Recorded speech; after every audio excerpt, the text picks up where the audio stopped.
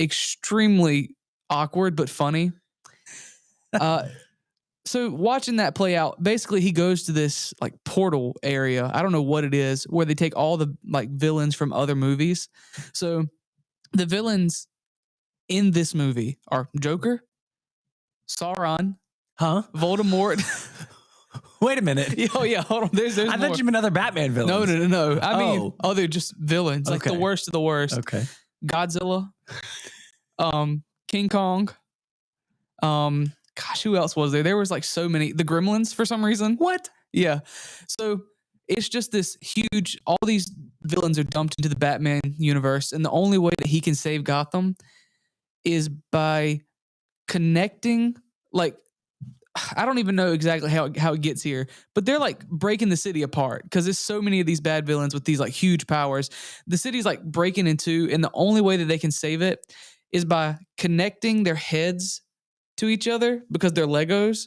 So they connect their heads and they have to do crunches and like flex their abs to bring the city together. It's really, really dumb. And it ends with Batman becoming vulnerable. He has like a little family. It's Barbara Gordon, Alfred, and Robin, Dick Grayson. And he becomes vulnerable with Joker as well, and he finally tells the Joker that he hates him, and the Joker tears up, and the movie ends. It's hilarious. Where can people find Lego Batman if they want to watch it? I watched it on Amazon Prime. Okay. On Amazon Prime. On Prime Video. You can also buy it on Apple TV, stuff like that. You can't really stream it anywhere. Maybe I think HBO Max. But if you guys have seen Lego Batman, text in and tell David, give him some solidarity. Let him know if you think it's a cinematic masterpiece or if you were just sort of as confused as I am at this point. Yeah. So today we're going to talk about, this is a complete departure from Lego Batman. Yeah, I don't know how this is going to work. Doing crunches to hold the world together. We're going to talk Jesus about holds the world together. Jesus holds the world together. That's the segue, I suppose. Jesus, we're going to talk about Jesus being the light of the world. You know, when we receive him, we use language like coming out of darkness and into the light of his salvation. But what exactly does that look like? What does it mean that Jesus is the light of the world? And how does that impact what we are called to do as believers?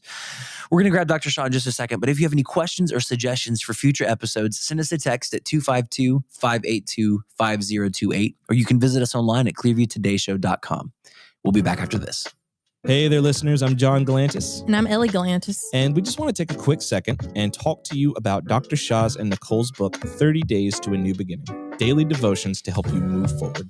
You know, this is actually the second book in the 30 Days series. And the whole point of this devotional is to help us get unstuck from the ruts of life. You know, when it comes to running the race of life, it matters how you start, but a bad start doesn't ultimately determine how you finish the race. You can have a good finish even with a bad start, and that's where this book comes in.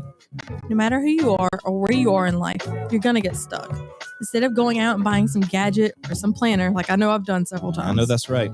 30 Days encourages you to find your fresh start in God's Word. And life doesn't have a reset button, but our God is a God who does new things. His mercies are new every day, which means every day is a new chance for you to start over. You can grab 30 Days to a New Beginning on Amazon.com. We're going to leave a link in the description box below. And if you already have the book, let us know what you think about it. That's right. Send us a text, 252-582-5028. Share what God has done in your life through this devotional. Hey, maybe we'll even read your story on the air. Ellie, you ready to get back to the show? Let's do it. All right.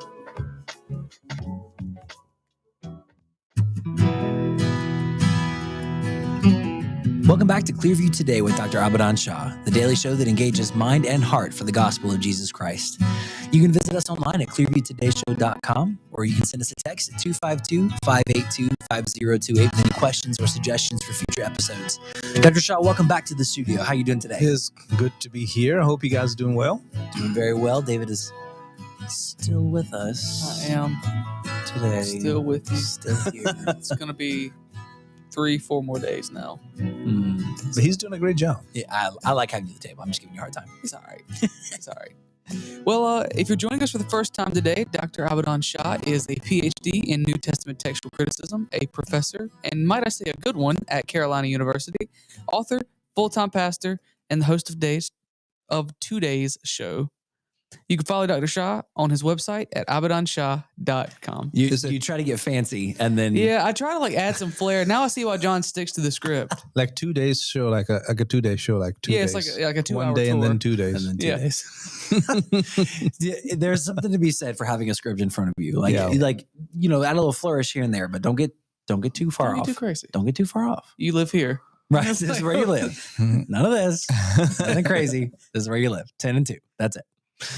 Well, today we're talking about Jesus being the light of the world. It's a phrase we hear in Scripture. That's a phrase we've talked about, especially if you've been if you've grown up in or around the church. You've heard those words used. But we want to talk today about what does that mean for us as believers. Our understanding of Jesus, salvation, and the calling on our lives. What does that look like if we understand that Jesus is the light of the world? Dr. Shaw, you preached a message on this not too long ago. Right. It was titled Lampstand. And in that message, I talked about how Jesus is the light of the world. And when we receive him, we come out of the darkness of sin into the light of his salvation. Mm-hmm. And once we receive that light, we are to shine his light brightly into the lost world so that others can also come from darkness into his marvelous light. So it's, in a sense, it's both a status and a mission. Yes, that's a good way to say that. It's something that we become, and then something that we have yet to do. Yeah, it's personal experience, and then you become sort of an extension of his light into the world that we're in, so that others can find their way to God. Wow, to Jesus Christ, to be more specific. That's beautiful. Yeah, it seems like this whole sermon, because I remember it because it has some verses that really stuck out to me, but it seems like the whole thing was just looking through how the Bible uses light and the imagery of light, and how even throughout the Old Testament we see that light is always representative of that light of Christ that's going to shine through, and how, like you said, now that we have Christ, that we're called to be that light. Right. And it's something that throughout this message has really changed the way I viewed that in the Scripture, because I always viewed it as just like, you have a light, blah blah blah, Yeah, like I'm gonna let it shine. that thing. But now it seems like this isn't. It's like you said. I can't think of a better way to say it. I'm trying to, but it's not only a status, but it's also a calling. Yeah. Well, I'd like to, if we can, just take some time and talk about how the Bible uses light outside of that passage. We talk about that passage from Matthew where we're called to be the light of the world, or it says that Jesus is the light and we are the light because of him. But there's, like you said in your message, light is referenced so many other times in the Bible in a variety of different ways. Absolutely. The Dictionary of Biblical Imagery, which is a great tool to have in your libraries if you don't have one, under the entry for light, it writes this: the Bible is enveloped by the imagery of light, both literally and figuratively. And what that means is this, that both the beginning and the end of the Bible mention light with as many as 200 mentions of light all in between. Wow. So it is mentioned in the beginning, we're talking about Genesis 1:3, where God said, let there be light, and it was light. There was light. God saw that the light was good, and God divided the light from the darkness. God called the light day, and the darkness he called night. So the evening and the morning were the first day. So this light was not the light of the sun, because the sun was not created until day 4. Mm-hmm. So when he began his creation, the first thing he created was light. Mm. And then from there, other things came about. So I've heard a lot of people point to this and have a problem with it, because they say the light was made, but the light source was not made until days later. Mm-hmm. Where did that light, that initial light, come from? What was that first light? I mean, it's ex nihilo. I mean, it's out of nowhere.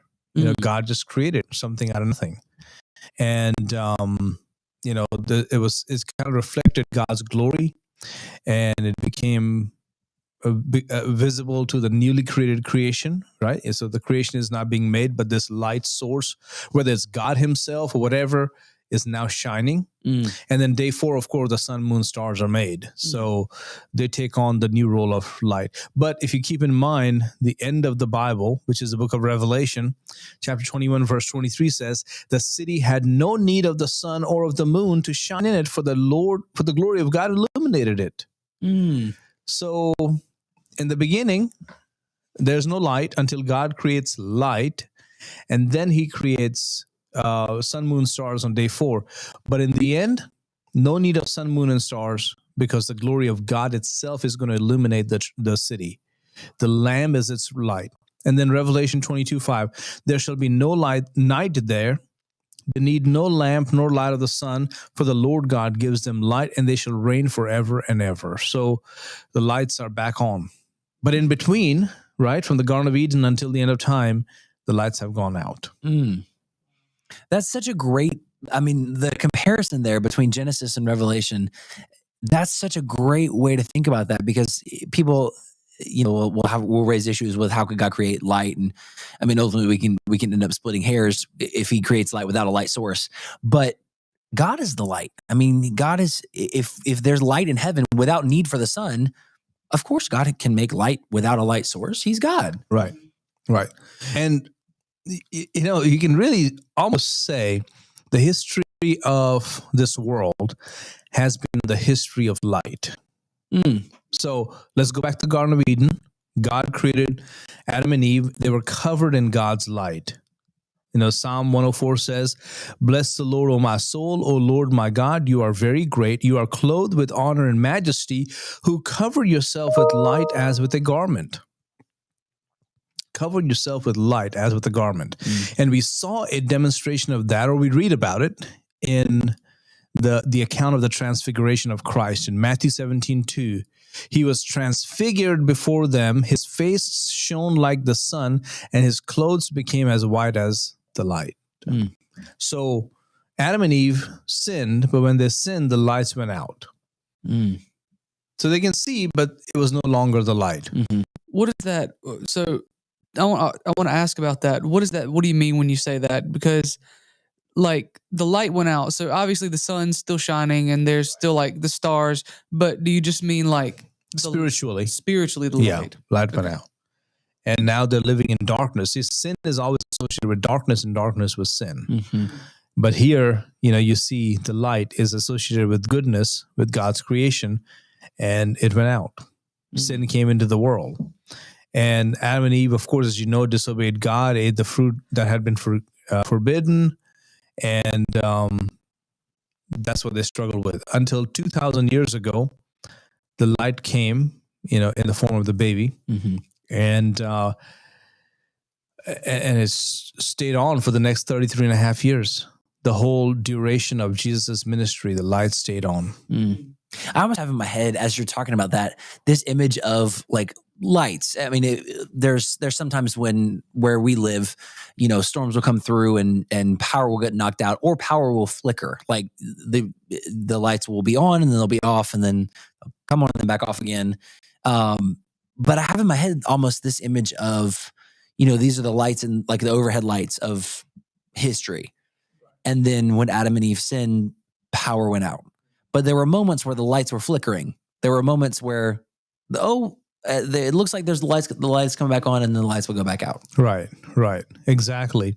You know, and so Jesus in his ministry, he's shown the light of God. So here's a passage from John chapter 1 and verse 4. It says, "In him was life, and the life was the light of men." So he's shown that light brightly, and the light shines in the darkness, and the darkness did not comprehend. And what did people do to the light? They try to kill it, right? So that's kind of gives us some kind of a context to what Jesus came to do. You know, I love that too, because it gives us the source of light. I mean, it adds context to the passage in Matthew that we talked about. You are the light of the world. The light doesn't come from you. It's not your light. It's not any radiance that I myself am bringing. That's right. It says in that verse that Jesus's life was the light of men. That's right. I also like what you said, what you read in there about, I can't remember exactly where it was, but about Jesus being the light, because it also reminds me, I think it's also John. I don't know if it's this book or if it's like First John, but he talks about men don't like the light because it exposes their darkness. That's right. And it seems like, I mean, that's the reason that they killed the light, is because they loved the darkness. They didn't want to be seen for who they were and what they were doing. And it's kind of indicative of even our culture. People don't like it when right now people speak out against sin because that's the light shining on their darkness, and they don't want to view it as darkness. They want to view that darkness as light. Yeah. when it's Well, not. you're quoting from John 3:19, and this is the condemnation that the light has come into the world, and men love darkness rather than light because their deeds were evil. So, very, very true that Jesus is the light of the world. But going back to the history of light, Abraham and his descendants were called to be, in a sense, to be the light of the world, right? Because through you, all the families of the world, of the earth, will be blessed. And in Isaiah 49 and verse 6, it said, "Is it too small? It is too small a thing that you should be my servant to raise up the tribes of Jacob and to restore the preserved ones of Israel. I will also give you as a light to the Gentiles." So that you should be my salvation to the ends of the earth. So the concept of light shining in this world, the history of the world is a history of light. And then God's people, when they left Egypt, the light was with them throughout, right? Pillar of cloud, pillar of fire. And then when Israel sinned, the light would go out, just like at the time of Samuel, the prophet, right? He is serving Eli.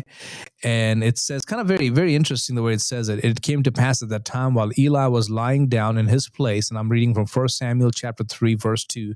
"And when his eyes had begun to grow so dim that he could not see, and before the lamp of God went out in the tabernacle of the Lord where the ark of God was." So this lamp, of course, the sanctuary lamp, now today we have the chancel light, or lamp, but I think it was also referring to the light going out in the sense of, just God's presence has left the people of God.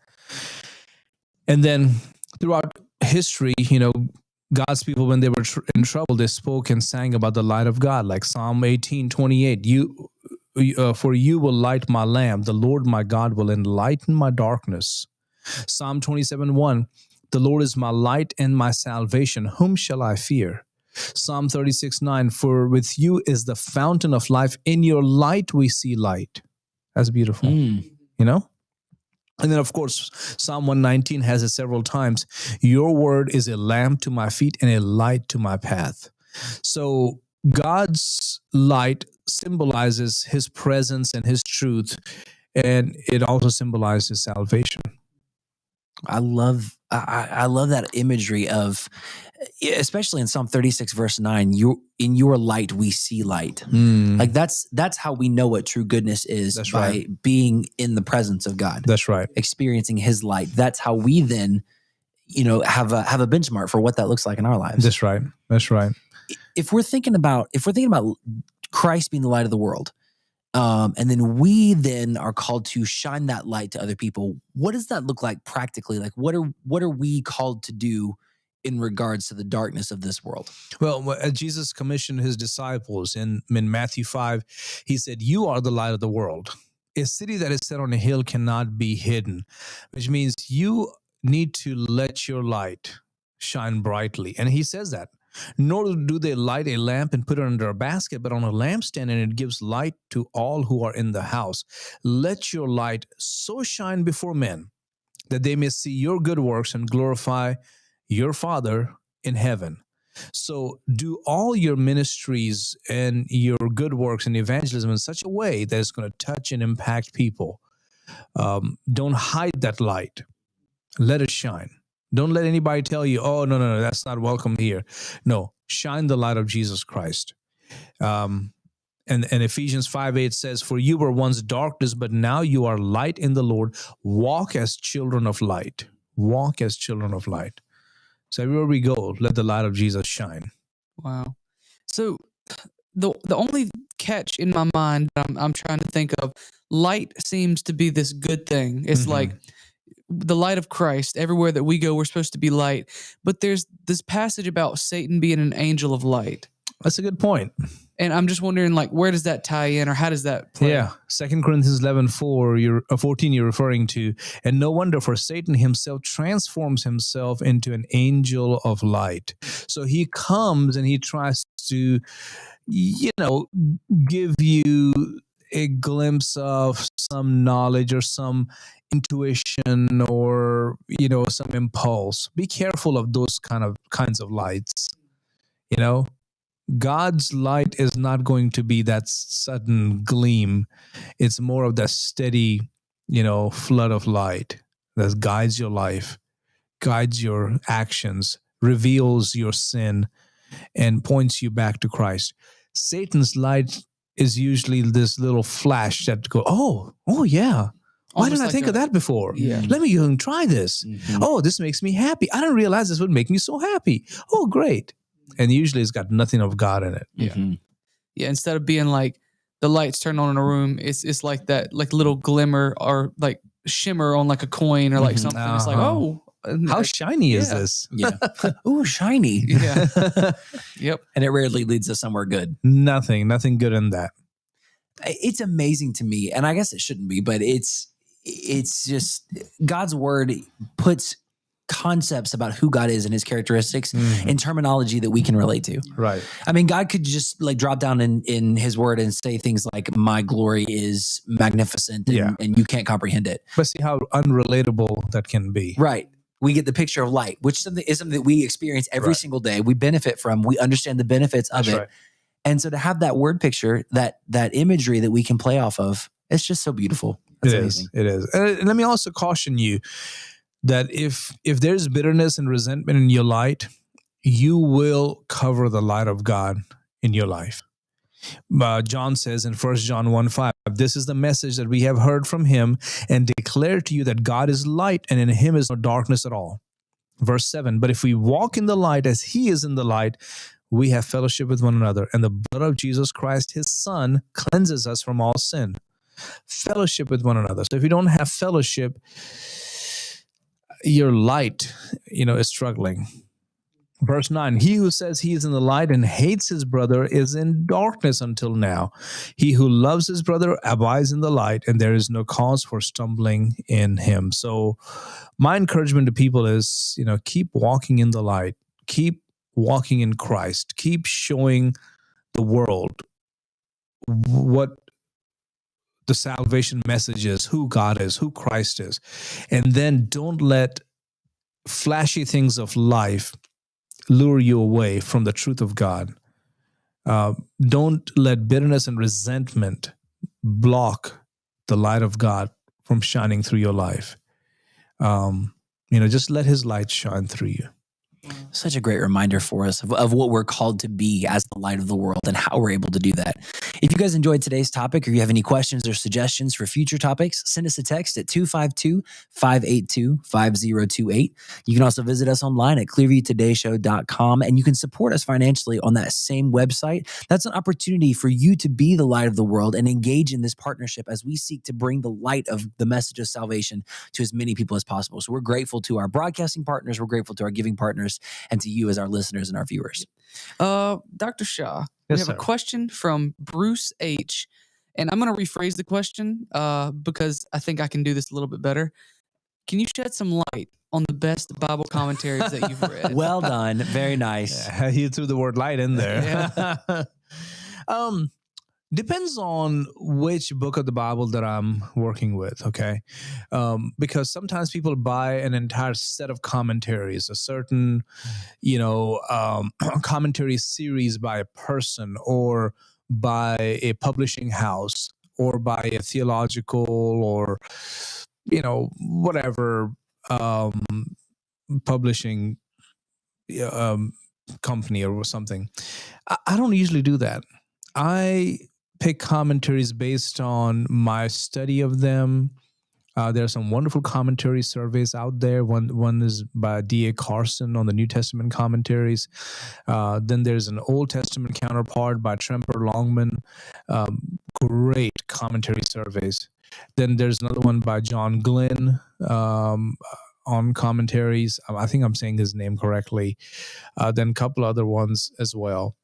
And after, let's say I'm preaching on, say, John, okay, the Gospel of John. So I'm going to go and look up, which I've already done many times because I preached through John through the years. I'll go and see what commentaries they recommend and what are the latest ones. And then I'll make my decision. So anyways, I look for all those kind of things before I make a decision.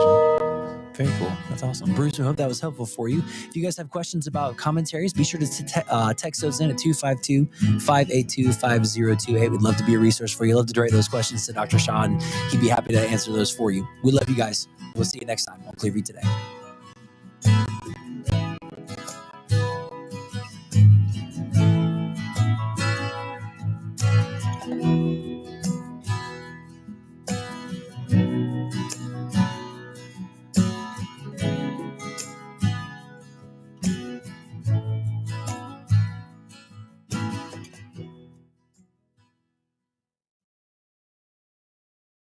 Serving historic downtown Oxford and surrounding areas, graphic design, branding and logo design packages, custom invitation design, screen printing, web design packages, and more. Wilkinson Creative Company's goal is to bring surrounding areas into the digital age of marketing and make local businesses thrive with our innovative design offerings. Visit wilkinsoncreativeco.com for more information and call today at 919-693-4622 to see your business grow.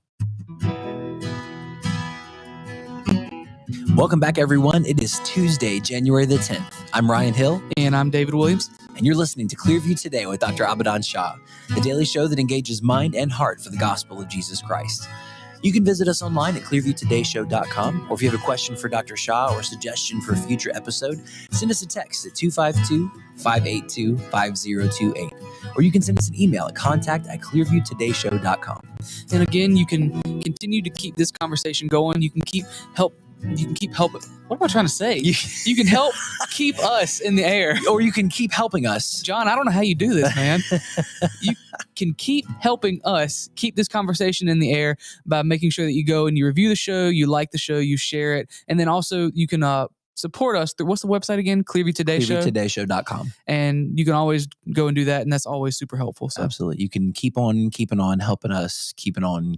Yes. As you can tell, I'm stumbling here. So no, you're doing great. It's different. I mean, when you first get into it, it's, John and I have been doing it for a while, so just sort of it's muscle memory at this point. In the words of John, hit us with the verse of the day. Hit us with the verse of the day. So the verse of the day today comes from 1 Thessalonians chapter 5:11. Therefore, comfort each other and edify one another, just as you are also doing. I love that. If you've never read 1 Thessalonians is a very easy read. It reads very quickly, but it is one of the most encouraging books in the Bible. Paul writes to the church in Thessalonica. That itself is a tongue twister. Yeah. But it's just such an uplifting book. There's not a lot of like, you're doing this wrong, you need to fix this. It's just, hey, keep on doing this. You're doing a great job. Mm-hmm. And it's always serving historic downtown Oxford and surrounding areas, graphic design, branding and logo design packages, custom invitation design, screen printing, web design packages, and more. Wilkinson Creative Company's goal is to bring surrounding areas into the digital age of marketing and make local businesses thrive with our innovative design offerings. Visit wilkinsoncreativeco.com for more information and call today at 919-693-4622 to see your business grow. Hey, we made it easy for you here on Nextdoor Radio and nextdoorradio.com. Available now by way of the Google and Apple Store is the Nextdoor Radio app. Anywhere you want to go, you can take Nextdoor with you. All the local talk programs, all local sports, and a great mix of 70s, 80s classic rock, you can now take anywhere you want to go by download the Nextdoor Radio app today. Available Google and Apple stores. This is Lewis Bowling with another segment of Looking Back into Granville County History. Huge tobacco warehouses were seen on every block of downtown Oxford at one time. Creedmoor was a busy tobacco market also. Banner Warehouse in Oxford was on Hillsborough Street. Farmer's Warehouse on Main Street. Johnson was on College Street. Right across from Johnson was Owen number 1. These are just a few that we had. In fact, we had so many warehouses that often we had two with the same name. so he had to designate them by numbers. So there was an ON number 2 as well. Tobacco sale days in Oxford were in those big warehouses were crazy busy times. Auctioneers were like celebrities, exalted to the ranks of mayors, sheriffs, preachers, doctors, and judges. Warehouse owners treated farmers like royalty, begging them to sell their golden weed at their place, which would get them the highest prices within 100 miles for the crops they had worked so hard on all year.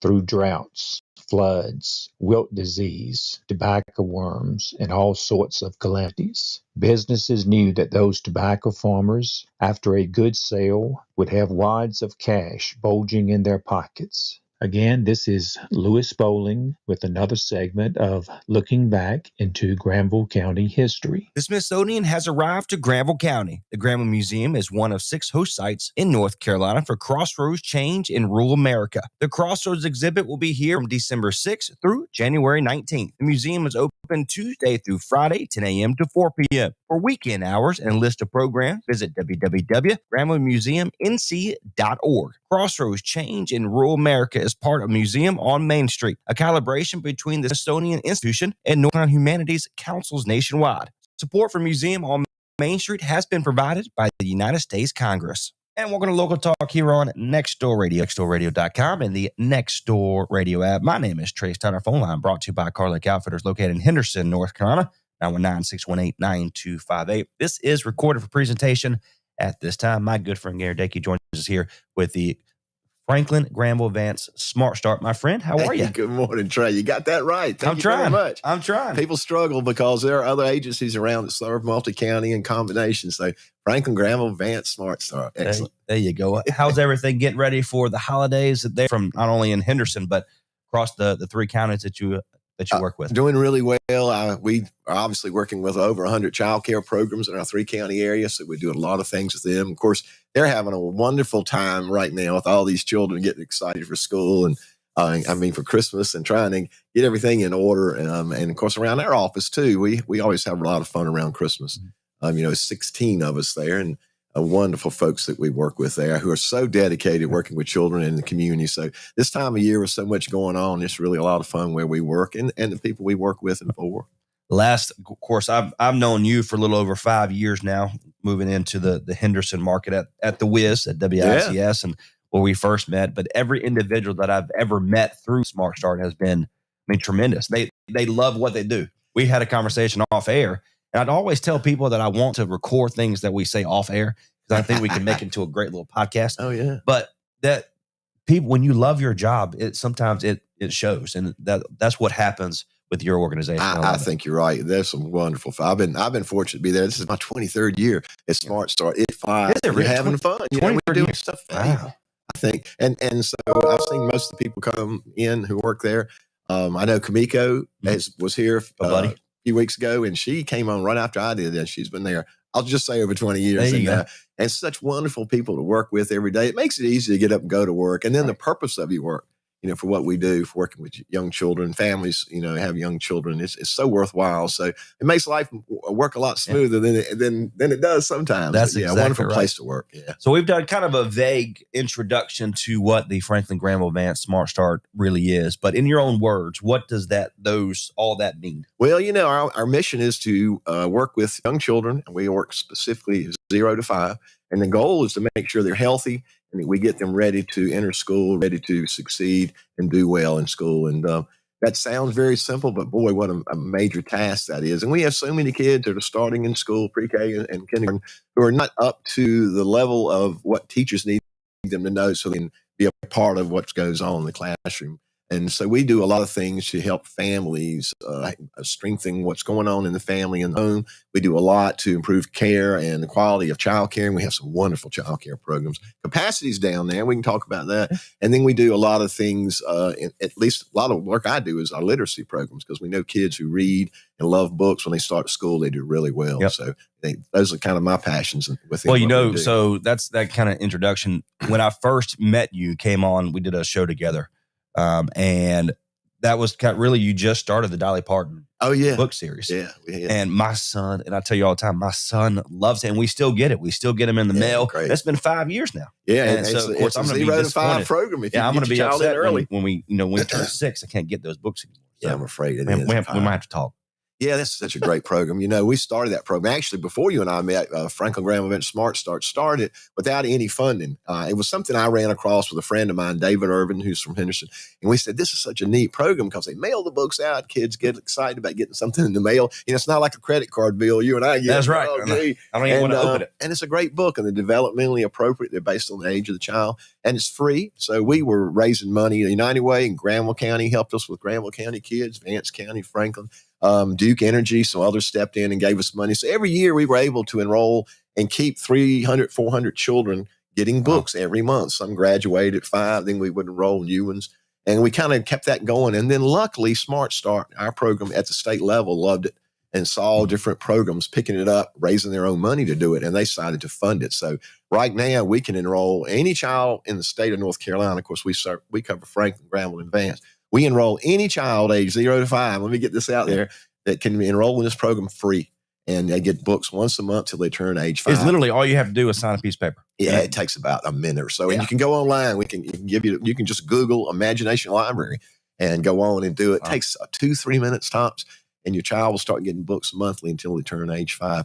Right now in Franklin, Granville, Vance, we have about 9,000 children under age 5, and we've got 4,200 of them enrolled in this program. So we're pushing 45% of our kids locally in 3 counties are getting books once a month in the mail. So if we keep pushing that percentage and get all these kids getting books and, they're reading them and getting excited about that, we're going to do some major things for our educational system and mainly just for each individual so they can proceed in life and succeed in school. You want them to go to school prepared and ready to succeed. Again, my son, who is 5 years old, starting to read those little smaller books. Of course, I read the bigger ones with the big words. I struggle with that. But you look at it as he's starting to kind of pick words, and because of the school there in Vance County is doing a great job with them. But you look at it as is that age group. And I'll ask you this: why is it important for the 0 to 5 age group to be able to learn that nucleus? Yeah, well, I'll keep this one short, but we know a lot more now about the development of a child's brain, much more than we knew 15, 20 years ago. And it's the process of how the brain connects the neurons and the synapses that allows you to be able to use the full functioning of your brain for processing information. Like down the road, I always use an example. I can remember we all started taking algebra in school. Some of us thought it was fun, some thought it was tough. But for it to happen, the several parts of your brain have to work together well. And for all that to be connected, it has to happen really early in a child's life. So reading is one of those fundamental things you can do with a child that can help that process work very well. So we can get children reading and excited about that. Not only they're prepared for school, but their brain is connected. The parts of their brain are connected in a way that's going to help them down the road for whatever they might do, whether it's reading, whether it's going to be learning history, or it's going to trying to put together, what is this geometry stuff, you see down the road. So it all happens really well. A child's brain development is pretty much 90% of what it'll be by age 5. So it's really important to give parents the tools and the knowledge that this is going on. So yeah, it's a critical time in anybody's life, and we're happy to be able to provide some services and programs to help enhance that. Fantastic. And Gary Dago joins us here, Franklin, Granville, Vance, Smart Start. Of course, they are located at 125 Charles D. Rollins Road. Is that correct? That's correct. Is that correct? Make sure I'm looking at the correct website here. But other than that, how's everything kind of going with Smart Start? We talked a little bit off air, and you mentioned earlier a little bit about the child care service. Yes, we have some incredible child care programs, and some years ago they started a new system where child care is based on the education of staff and other things, the program standards and others, that they have a star rating. So child care is rated from a 1 to 5 star, with the 5 star being very high quality. So a lot of what we do is help them with the processes of getting the higher star rating, which helps parents know, what quality child care is all about. But so that's been going really well. Back when I started with Smart Start, the average child care rating was somewhere around maybe a 2. And now it's around 4.4 to 4.5 across all of our child care programs. We've done some phenomenal work, and we've got some phenomenal people in child care. What's happened during COVID is capacity. We have a lot less child care slots now. We've had programs that had closed classrooms, loss of teachers. We've had the home child care, we've had a lot of people who provide quality childcare in their home. That be 5 to 10 children, the smaller ones. We have a lot of those who have closed. So we're having problem now just finding slots for people, for their children to go into a childcare program. And that affects our workforce. You need a childcare slot so your mom or dad can go to work and feel secure that child being taken care of. So there's a capacity issue, and it's around the state. And of course, it's a broader problem about employment in general. I think a lot of employers are having a hard time finding folks. So I don't know if everybody retired. If they do, I want to get in line for some of that. I'm getting up there in age. So, but so we're seeing in childcare now, the biggest issue is trying to make sure there's the capacity. And that's a little bit different for us. We've always worked with the quality of the programs that existed, but trying to help the development of new programs, that's a different ball game for us. I mean, how do you change that? How do you fix that? How does that work? Wow, that's a good one. We have that very conversation in our offices now, trying to figure that out. We've been looking at doing some networking with the local childcare people who provide childcare in the home that aren't licensed. A lot of people, take care of their grandchildren or somebody's children. We're trying to look at those to see if we can develop those into a little bit larger and a program site. We're just trying to do some things to get people interested in working in the field. But the real problem within the field, childcare workers are underpaid, like a lot of folks in teaching, in my opinion. And it's the same with childcare. It's not something that's supported by the state. It's individual private business. And you have to charge basically what the market will bear in the area, and our market rates in this area are a little bit lower. So there are not a lot of child care providers that are making a great living at it. They're doing something they love to do, and they're employing folks, and they're paying the bills, and they're doing the work that I think is most important that can be done. But it's not a field that pays a lot and benefits and things. I couldn't do it. Let's be honest. I have trouble with doing with one. There you go. Kid. The challenge of working with children, boy. And I have said to people all along, I get to go in and have a lot of child cares and get to do some work there. That's not my particular forte, but boy, it's so much fun, and being around children can be one of the best things, the most enlightening thing in your life. And then at times it can be the most frustrating things, because kids are exactly what they are. They're learning, they're interacting with their environment, they're doing all kinds of fun stuff. And they got a lot of energy too, don't they? So it's a very challenging work and a lot of fun, but it's not something in our area that pays people really well. And the other issue too, a lot of child care people can't provide, extensive benefits. So it's a tough business right now, and we need that to support our families and also to support our workforce. Franklin Granville Advanced Smart Start. You can visit them on their website, of course, on social media as well. You guys do a great job, especially on social media, keeping things up. We try. Yeah, that's a great job there. So what else is new there with Smart Start? Some other programs here, especially for the holidays. Christmas literally right around the corner. Well, this is something, not a program, but I will say it because I'm so proud of the people I work with. Every year we pick some agency or something that we do for Christmas, and we all, rather than all do for each other at work, and we do some of that too. Yeah. But we pick some agency. Like for one year, we picked ACIM here, and we did a food drive and brought food for Christmas. We've done it similar to Axe and Henderson. We do a different county each year so we can spread the love. And sometimes we could take a family. And this year we were fortunate to have our family referred to us. It was having some issues, and they were having to move right here at Christmas, and it's going to be hard to provide Christmas for their children. It was a lady with 6 children. And we just yesterday had gotten together and pooled our resources and went out and purchased Christmas for these 6 young kids, and just some other things for the family and the mom. And we had a donation of a caterer said, let me do a big meal. I'm going to take over for their Christmas. So yesterday we got to go meet them and take some stuff and play with the kids. And I don't know, that's the kind of thing. You're lucky to be able to be a part of your job to go out and do something so beautiful. So that's just something we did this week for our Christmas dedication to our family. Oh, that's awesome. So, and I bet those kids love it. Oh, they were so excited. Yeah. You get to play Santa Claus. Oh my gosh. Did you? Yeah. Did you? Yeah, I tried. Did you?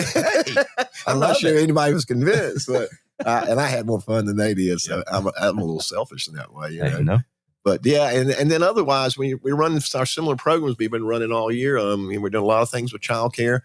We do some things through our doctor's offices to get developmental screening done for children. We've got incredible staffing doing literacy work. And of course, I get to work with that. Reach Out and Read is a program where children get books when they go to their pediatric visits. Mm-hmm. We have our Dolly Parton Imagination Library. We have the little free library. It's not something we talk about a lot. It's another one of these little programs I kind of started. I read about it online where people put up these things. You'll see them in places. In fact, there's one here in front of your library. It looks like a big birdhouse. That's right. It's got books in it. Well, we've got a couple out at the Gap, Granville Athletic Park. And of course, we've got some in Henderson and Franklin County. And we put those up. And I, every 3 weeks, go around and I get donated books. I'll say now, anybody's got some adult, whatever books you want to donate, and children's books, we put them in there. And it's a take a book, share a book kind of a thing. You fill them up. You can go by anytime, get a book. That's all you need to do. If you want to put a book or two in it, somebody else to read, you can do that. And we keep adult books in them and a lot of children's books. And the children's books, we hope parents take those home and don't bring those back. Keep them there. Let this kid read them over and over and over and enjoy them. So that's another piece that we do. And we like that one. That's just a way of trying to make sure the community continues to realize that reading's important. And there's some books out there you can grab. When the library's closed, we've got some little free libraries on the corners here and there. Love You that. can grab a book. Fantastic. Well, Mr. Gary, always good to see you, my friend. I know, Thank you man. for what I you always do. have fun coming here and seeing you, Trey. It's great. I appreciate that very much. Of course, you are with Franklin Granville Advanced Smart Start. How can they get a hold of you? How can they find out about more programs, phone number, website? How can they get a hold of Phone you? number in Henderson, we're 252-433-9110. And of course, our website's always a www, but we're fgvsmartstart.org. Pretty simple enough, right? Yeah, give us a call. We'd love to talk to you. There you go. Well, God bless you. Merry Christmas to you. Bless you, Happy Trey. holidays. If there's anything we could do for you, please let us know, okay? All right, man. You're always there. Thank you. Absolutely. Again, my name is Trey Stein on behalf of Local Talk. We'll see you later. Hey, we made it easy for you here on Nextdoor Radio and nextdoorradio.com. Available now by way of the Google and Apple Store is the Nextdoor Radio app. Anywhere you want to go, you can take Nextdoor with you.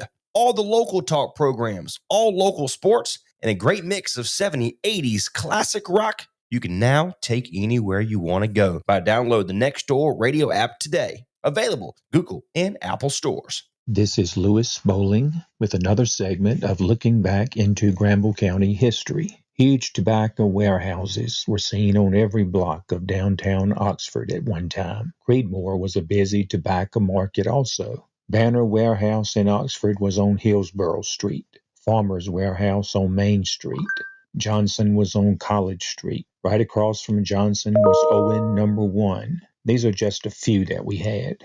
In fact, we had so many warehouses that often we had two with the same name, so we had to designate them by numbers. So there was an Owen Number 2 as well. Tobacco sale days in Oxford were in those big warehouses were crazy busy times. Auctioneers were like celebrities, exalted to the ranks of mayors, sheriffs, preachers, doctors, and judges. Warehouse owners treated farmers like royalty, begging them to sell their golden weed at their place, which would get them the highest prices within 100 miles for the crops they had worked so hard on all year. Through droughts, floods, wilt disease, tobacco worms, and all sorts of calamities. Businesses knew that those tobacco farmers, after a good sale, would have wads of cash bulging in their pockets. Again, this is Lewis Bowling with another segment of Looking Back into Granville County History. The Smithsonian has arrived to Granville County. The Granville Museum is one of 6 host sites in North Carolina for Crossroads Change in Rural America. The Crossroads exhibit will be here from December 6th through January 19th. The museum is open Tuesday through Friday, 10 a.m. to 4 p.m. For weekend hours and a list of programs, visit www.granvillemuseumnc.org. Crossroads Change in Rural America is part of Museum on Main Street, a collaboration between the Smithsonian Institution and North Carolina Humanities Councils nationwide. Support for Museum on Main Street has been provided by the United States Congress. You are listening to Nextdoor Radio on the Vanco Outdoor Equipment stream. Vanco Outdoor Equipment, your local Mahindra tractor dealer in Henderson. Now's the best time of year to get more for your money on new Mahindras. Enjoy 0% interest or save thousands of dollars on rugged Mahindra tractors. That's more for less on many of Mahindra's best-selling models, with tractors that deliver more lift capacity, fuel efficiency, and built-in weight. Save more on Mahindra today. Visit Vanco Outdoor Equipment, your local Mahindra tractor dealer. 0% APR. Financing available for limited time only. See us or go to MahindraUSA.com for more information.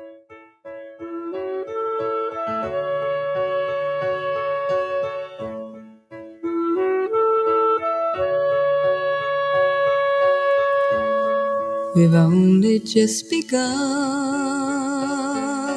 to live. White lace and promises. A kiss for luck and we're on our way. We've only begun. Before the rising sun, we fly. So many roads to choose.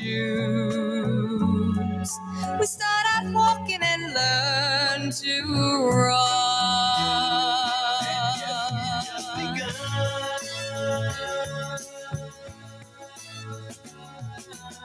Sharing horizons that are new to us, watching the signs along the way, talking it over, just the two of us, working together day to day, together.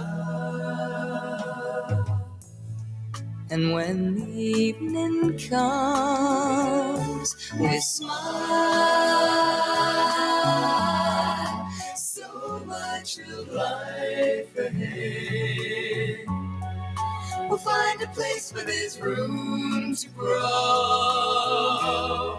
And yes, we've just begun.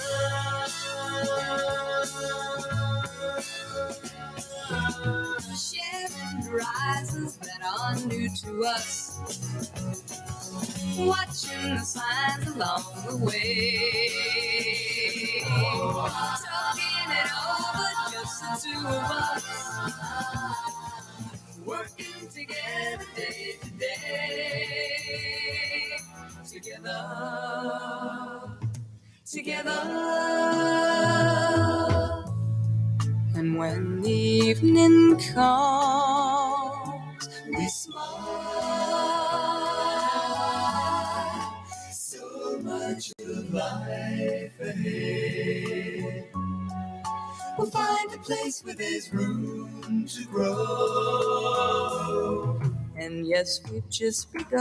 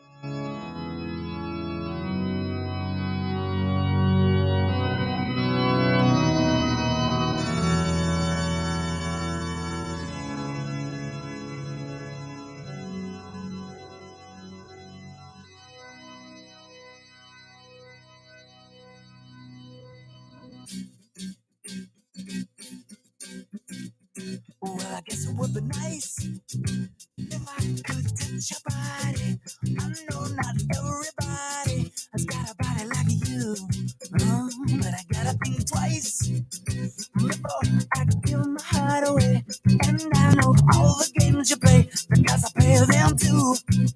Oh, but I need some time off from that emotion. Time to pick my heart up off the floor. Oh, when that love comes down with a devotion, well, it takes a strong man, baby, but I'm showing you the door. Cause I gotta have faith. I gotta have faith. Because I got to go for faith. I got to have faith, faith, faith. Baby, I know you're asking me to stay. Say please, please, please don't go away. You say I'm giving you the blues. Maybe you mean every word you say. I can't help but think of yesterday and another who tied me down to lovable rules. Before this river, there comes an ocean. Before you throw my heart back on the floor. Oh, baby, I reconsider.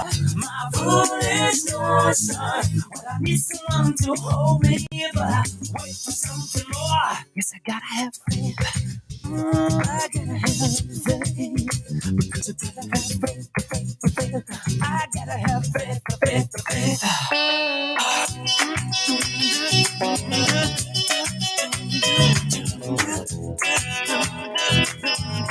Just have to wait because you got to have faith.